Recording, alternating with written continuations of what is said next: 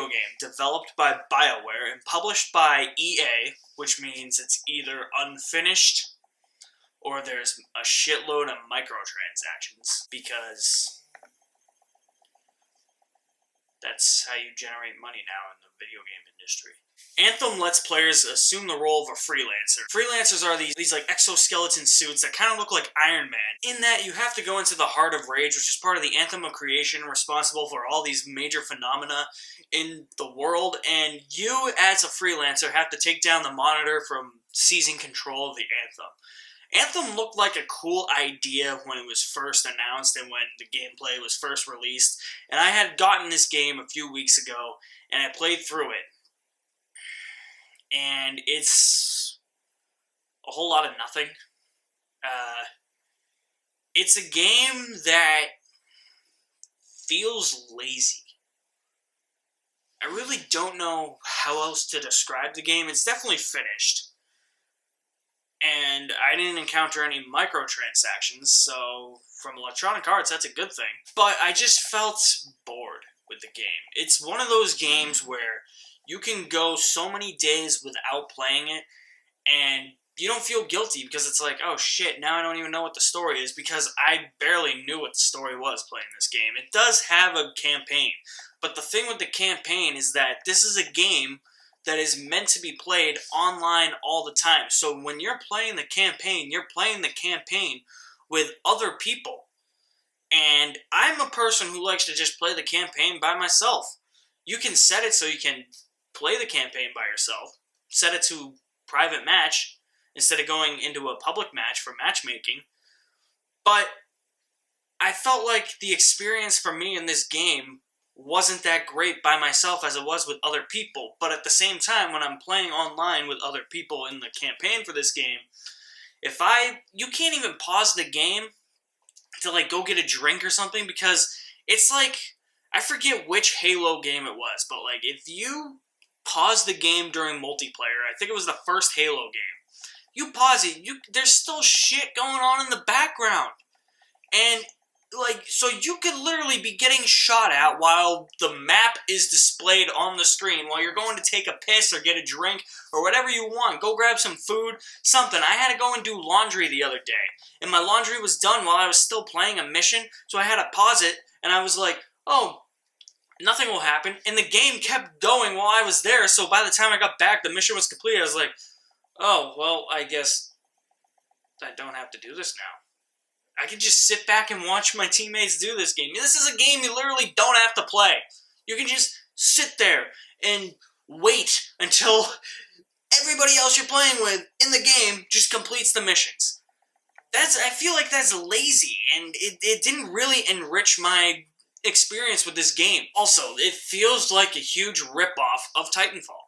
That's all this is. Or Iron Man. It's Iron Man meets Titanfall, because you're in these giant Iron Man suits, you're flying around, you can shoot stuff in these Iron Man suits, and it was just nonsense to me. It just got boring, it got repetitive, the gameplay is just so repetitive, the missions are so repetitive. A lot of the missions just focus on, oh hey, there's this guy stuck here, just go and get him. Oh hey, you gotta clear out this base, go clear it out. Oh hey, this guy needs your help, he needs some research, but there's bad guys in the area, go kill them.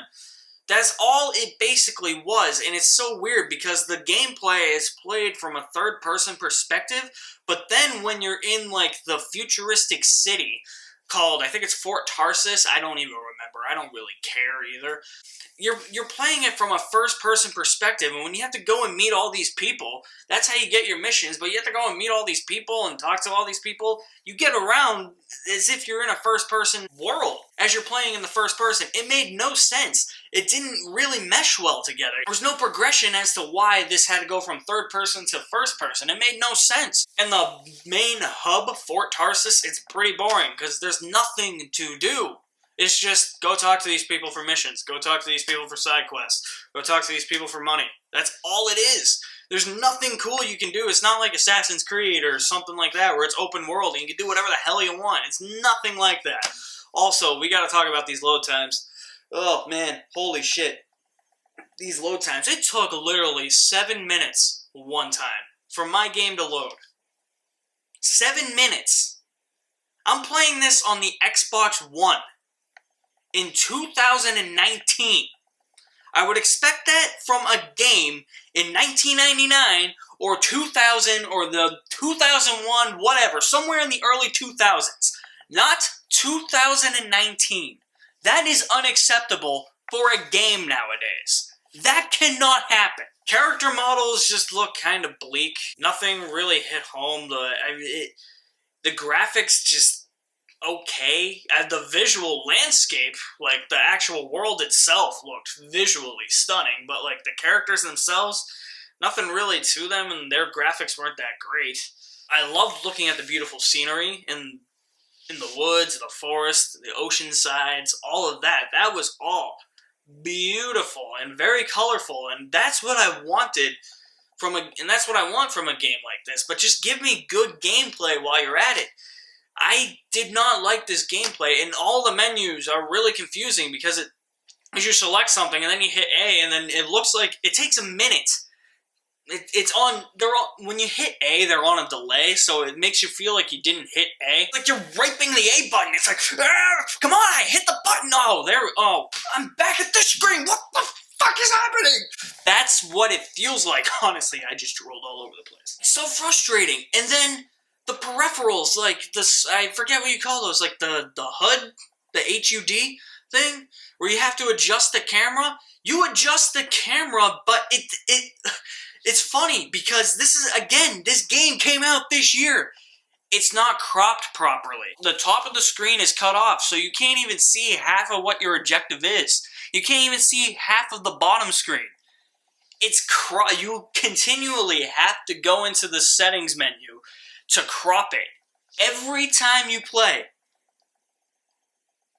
How does that happen? How do you miscrop a video game?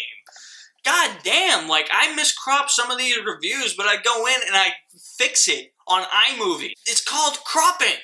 Can you learn to crop? I felt that this game was just bland. It has beautiful visual scenery, it has some potential, but its execution is not there, unfortunately.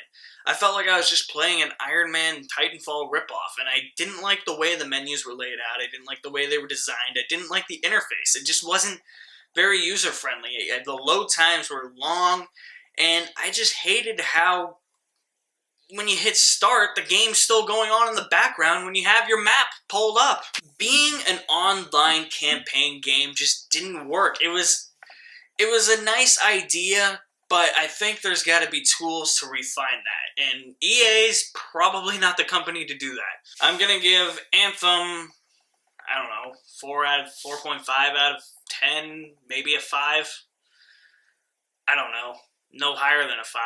Over here on my left, your right, you can find more reviews. You can also subscribe in the middle. I will leave the link to my website in the description below. There you can find my reviews as well, my podcast that I do with my friend, the Cinemania World Podcast. And also subscribe to my channel on that website.